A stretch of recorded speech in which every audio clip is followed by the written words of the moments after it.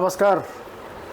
आज हमारे चैनल में उपस्थित हैं युवा आइकॉन, युवाओं के लिए निरंतर कार्य करने वाले समाज सेवी डॉक्टर प्रेम कुमार जी। स्वागत है आपका हमारे चैनल दिव्यरश्मि में। सर, अभी वर्तमान में चुनाव का माहौल चल रहा है।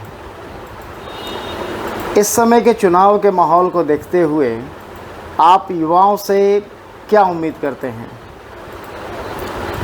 देखिए, अभी जो आम चुनाव हो रहा है देश में, यह चुनाव नागनाथ और सांपनाथ के बीच है और युवा बड़ा द्वंद्व में फंसा हुआ है कि एक तरफ समुद्र है, एक तरफ खाई है, किधर जाए। और यह जितने भी दल हैं, राजनीतिक दल, इनके पास कोई मुद्दा नहीं है और हमारा युवा वर्ग ठगा महसूस कर रहा है। जितना भी दल का घोषणा पत्र जारी हुआ है, जिसमें युवाओं को लेकर कोई बात नहीं है। सारे बात वही घिसा पीटा और झूठ फरेब, जात धर्म, हिंदू मुस्लिम और इस तरह का लोगों को बरगलाने का, लोगों को बांटने का, दिग्भ्रमित करने का कुचक्र है। इसलिए युवाओं के लिए कुछ नहीं है। युवा हमारा हताश है, निराश है, दिग्भ्रमित है और दिशाहीन है।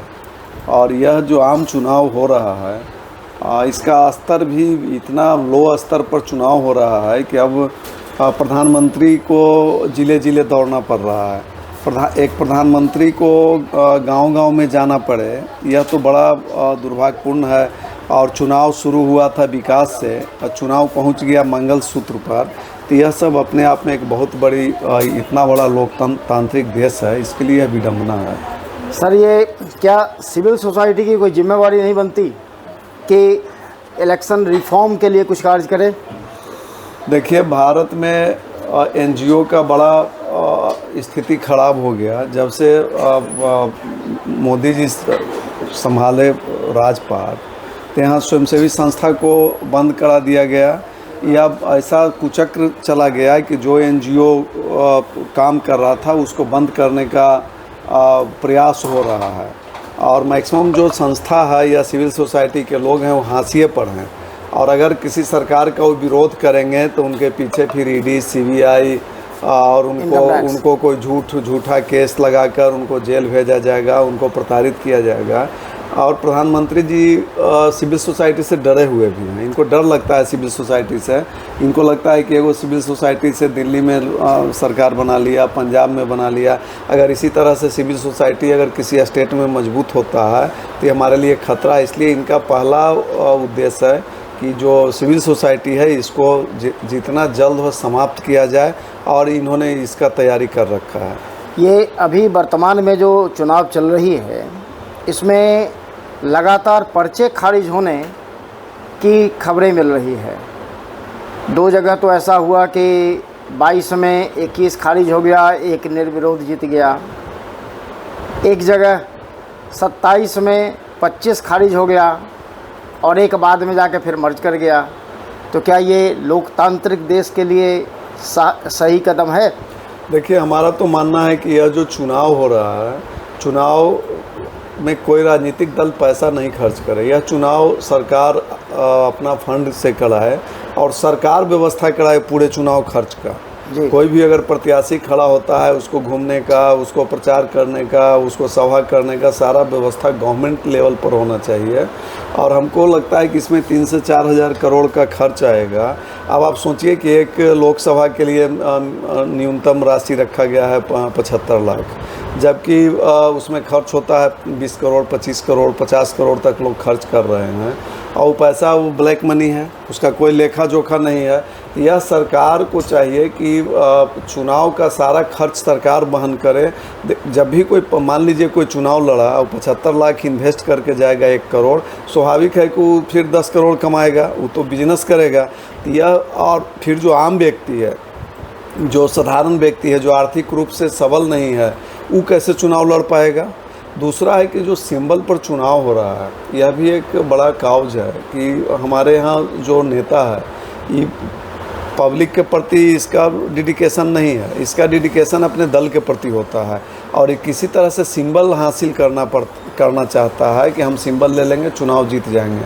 तो यह भी एक संकट का दौर है, इसलिए सरकार को और चुनाव आयोग को इस पर पहल करना चाहिए। दूसरा, आप देख रहे हैं कि जिस तरह से ध्रुवीकरण का प्रयास हो रहा है, जाति के नाम पर, धर्म के नाम पर, भाषा के नाम पर, क्षेत्र के नाम पर, रंग के नाम पर, यह बंद होना चाहिए। और इस तरह का अगर कोई भी दल इस तरह का प्रयास करता है, उसका मान्यता अविलंब समाप्त हो। चुनाव आयोग ने लगभग 2-2.5 हज़ार दलों का मान्यता समाप्त तो कर ही दिया है। झूठे मुकदमे करके लोगों के यहाँ इनकम टैक्स और ईडी का रेड करवा के, जिनके पास कुछ नहीं मिला उन पे भी कई तरह के आरोप साबित किए गए। हाँ, हमको पता है पटना में भी कुछ जो दल हैं, छोटे दल जो अपना प्रेजेंटेशन विधानसभा और लोकसभा में करते हैं, उनके यहाँ भी इस तरह का कार्रवाई हुआ।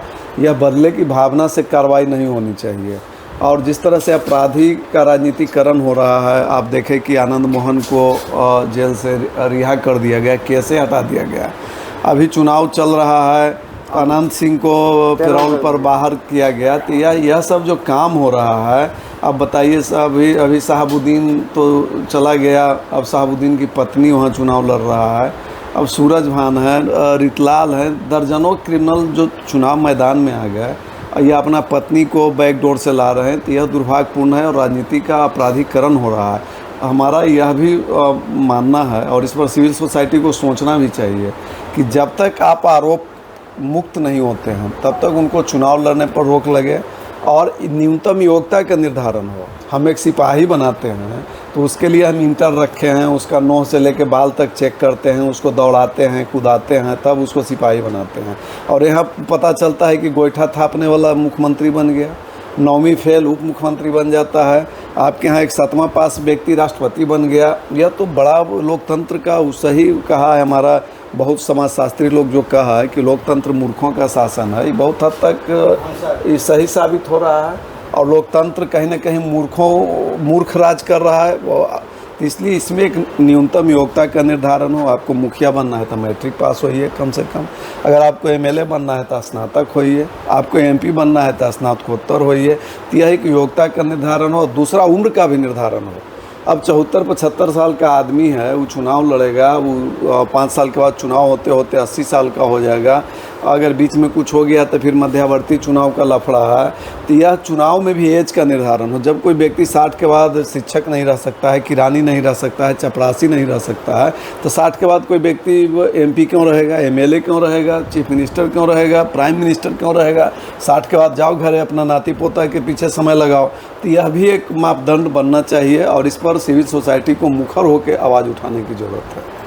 तो इस बार के चुनाव में सिविल सोसाइटी का क्या सोच रहेगा? पटना साहिब में आप आते हैं। देखिए, हमारा मानना है कि अभी तक जो उम्मीदवार हैं पटना साहिब में बड़े दल से, जैसे अंशुल कुमार आए हैं कांग्रेस से, इनको कोई जानता नहीं है। इनका एक ही पहचान है कि जगजीवन राम जी के ये नाती हैं और मीरा कुमार जी के बेटा हैं। इसके अलावा इनका कोई कैम्ब्रिज उम्ब्रिज में पढ़े हैं, ठीक है, लेकिन इनका कोई सामाजिक सरोकार से मतलब नहीं है। दूसरा है रविशंकर जी। रविशंकर जी राज्यसभा में रहे, वकील रहे, वकालत किए, पब्लिक से इनका जुड़ाव नहीं है। पिछला बार मोदी मैजिक के चलते एमपी बन गए, इस बार पुनः मैदान में है। और अगर कोई अच्छा उम्मीदवार बीच में आता है, सामाजिक सरोकार से जुड़ा हुआ व्यक्ति, तो ये दोनों से बेटर साबित होगा। और उनको यह अभी जो स्थिति हो रहा है, भाजपा भी 2 गुट में बंटा हुआ है।